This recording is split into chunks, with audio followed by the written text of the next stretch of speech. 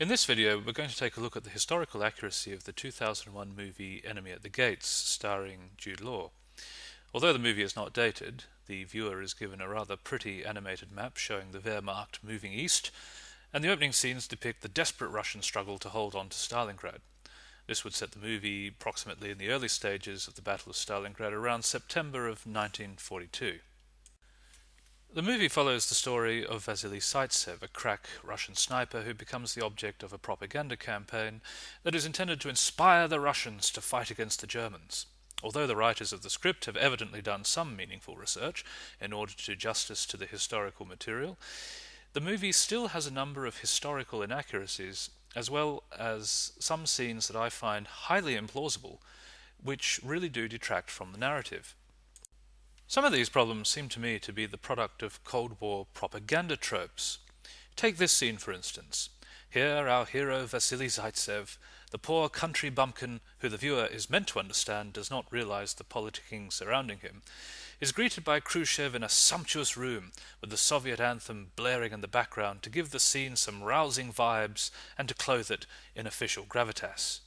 At this point I'm going to replay the clip with the audio enabled, and I would invite you to listen carefully to what you hear. In the background is the familiar tune of the state anthem of the Soviet Union. It's a tune that crops up in all kinds of movies and even animated television series in connection with the Soviet Union. The problem is that this anthem was introduced in the Soviet Union in 1944, long after the Battle of Stalingrad was over. It was probably part of Stalin's effort to return a patriotic flavor to the war. Prior to 1944, the anthem of the Soviet Union had been the Internationale, which sounds like this.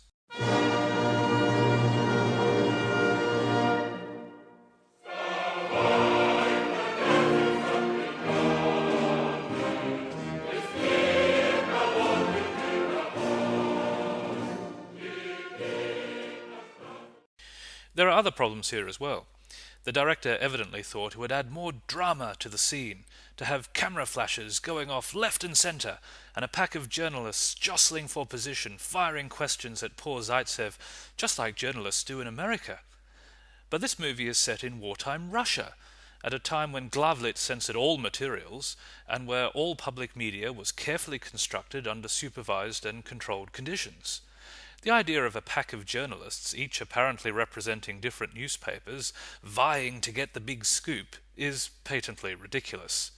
Journalists were employees of the state, and all of them were coordinated to achieve singular state objectives. The movie also features another major character, a commissar by the name of Danilov. Danilov appears in a critical early scene that strikes me as quite funny. Here the political commissars are nervously assembled after a disastrous battle, and Khrushchev demands some ideas to inspire the troops. Although most commissars have nothing to say, Danilov boldly speaks up and suggests the state look for heroes to, quote-unquote, give people hope. Now, the idea that the Soviet Union needed a lowly commissar to suggest inspiring propaganda is simply not credible. We're talking here about communists in the Soviet Union who were producing propaganda before they even came to power. In fact, one of the most characteristic activities of the Soviet Union were the streams of propaganda that found its way into every facet of daily life. Schools, magazines, newspapers, radio, posters, cinema, pamphlets, meetings, paintings, lectures, books, workplaces, and so on. Propaganda was meant to mold a new kind of citizen.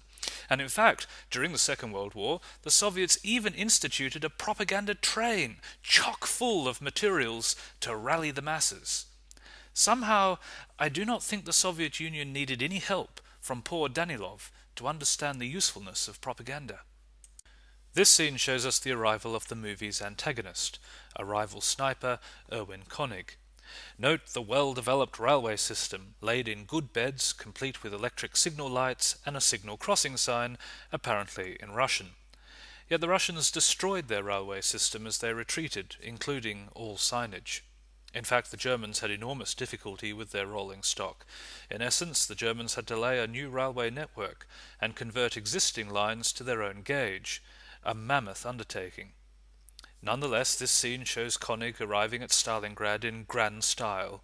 He is apparently the only occupant of a luxurious car attached to a locomotive pulling one car and two wagons, with a neatly pressed swastika flag still affixed to the front of it after 3,000 kilometers.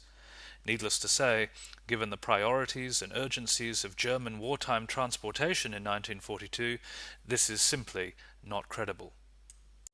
Here Koenig casually reads a newspaper that clearly provides a date of the 25th of September 1942. It has a feature article on Vasily Zaitsev. Koenig then flips over to reveal a page that bears clean, obviously modern laser-printed font that shows 24 Germans shot, the viewer is to surmise by Zaitsev. However, the real Zaitsev transferred to frontline duty from the Navy only on the 17th of September. Somehow, in a mere 8 days, Zaitsev has not only clocked up a terribly high kill rate, but also become a famous hero, attracted the attention of Berlin, which has dispatched a top sniper to deal with him as a pressing issue of war. Is it really that hard to make an effort to get the dates right?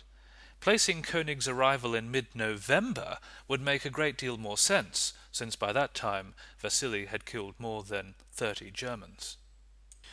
Now we come to one of the worst parts of the movie. In this scene we see the use of barrier troops mowing down the tattered remains of a failed charge. The viewer is meant to infer that this was the heartless standard practice of the Soviets.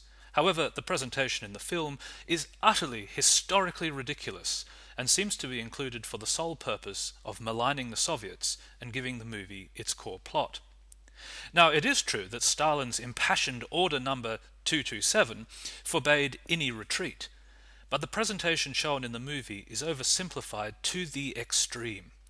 Order 227 demanded that high-ranking officers who retreated without authorization be court-martialed. It established penal battalions where officers and soldiers who had wavered could be punished by serving in the thickest fighting. But these penalties applied to unauthorized retreats from occupied positions. The charge shown in the movie is quite clearly not a retreat from an occupied position. Order 227 did institute the use of barrier squads drawn from Red Army soldiers to run behind unstable units, but these operated with much more precision than shown in the movie. In fact, according to eyewitnesses who served at Stalingrad, the barrier troops generally beat up or screamed at panicked troops and threatened them until they returned to combat. In exceptional circumstances, barrier troops might shoot soldiers who looked like they were starting a panic, but we must remember that all of these men were in a war zone together. Barrier troops, even those of the NKVD, were highly reluctant to shoot their own comrades, even when they panicked. In reality, fleeing soldiers, malingerers and deserters were generally arrested by the blocking detachments, about 25,000 men in 1942 and close to 200,000 in 1943. The Soviet Union could recycle these soldiers back into penal battalions where they would be used for clearing minefields or scouting enemy positions prior to an attack. Indeed, Order 227 explicitly advocated penal battalions as the means of giving disgraced soldiers the opportunity to redeem their crimes against the motherland by blood, as Stalin put it. Order Number 227 did not advocate the wholesale butchery of much-needed men, as shown in this scene. In fact, the criteria for summary battlefield execution required an accusation of cowardice from one's own fellow soldiers. In practice, only about 1% of soldiers were executed for cowardice. Internal Soviet figures, by October 1941, reported that barrier troops had stopped 657,364 deserting personnel, arrested 25,878, and executed 10,201. The barrier troops only executed, in the language of Soviet politics, the unredeemable, quote unquote. In this scene, the soldiers manning the guns are presumably meant to be NKVD officers, as indicated by their uniforms. The movie purposefully shows these to be heartless men, cowardly mowing down their own people from a safe rearguard position. Now, it is certainly true that the NKVD were ruthless agents of the Soviet authorities, but they were also extremely courageous. They were fanatically committed communists and generally commanded the penal battalions from the front, leading soldiers into the most hostile fighting. They often fought alongside of soldiers, even going first into battle to inspire courage. In fact, there was a great texture to the NKVD, with some officers being more compassionate and others being more ruthless. It is simply not fair to say that they were all indifferent monsters, and it is simply preposterous to show them shooting down their own people on a field of battle like this. There's no question that the Battle of Stalingrad saw many horrendous atrocities. It is therefore entirely unnecessary for any director to invent fictitious barbarities, apparently in order to vilify the Soviet regime and to give the movie its central plot device. The movie correctly shows Russian reinforcements crossing the Volga under aerial bombardment from the Luftwaffe, but it then portrays the fighting as consisting of futile human wave attacks, more reminiscent of Chinese communists in the Korean War than any action that occurred at Stalingrad. It fails to show meaningful texture of the battle, such as the bravery of Russian women soldiers who manned anti-aircraft guns and held off German panzers. It portrays the Russian resistance as ramshackle, when in reality, 5 days before Zaitsev had been transferred to frontline duty, 2 Soviet armies consisting of at least 19 rifle divisions, 1 tank corps, 1 destroyer brigade, 12 artillery and mortar regiments, equipped with howitzers and rockets, was in heavy fighting, and fought almost to its own extinction against the Germans by November the 1st. The 62nd Army resisted the Germans' advance shot for shot, and were so tenacious that the entire army was awarded the Order of Lenin. None of this is shown in the movie. I don't think a single Soviet tank is shown in the entire movie, or a single Soviet airplane, despite the Soviet Air Force fighting a desperate aerial war, though outnumbered by the Luftwaffe. I could go on, but the detailing of this movie is only part of what creates so many issues for me. In fact, the movie does not accurately reflect the pacing of the actual battle or the conditions under which it was fought. For instance, the movie gives the impression that a kind of relentless stalemate had already been achieved in Stalingrad by September 1942, but in the following months the Germans eventually advanced very nearly to the Volga. The movie shows very little of the human catastrophe of Stalingrad, the starvation, the brutality or the fear, and instead sets up a kind of pantomime war.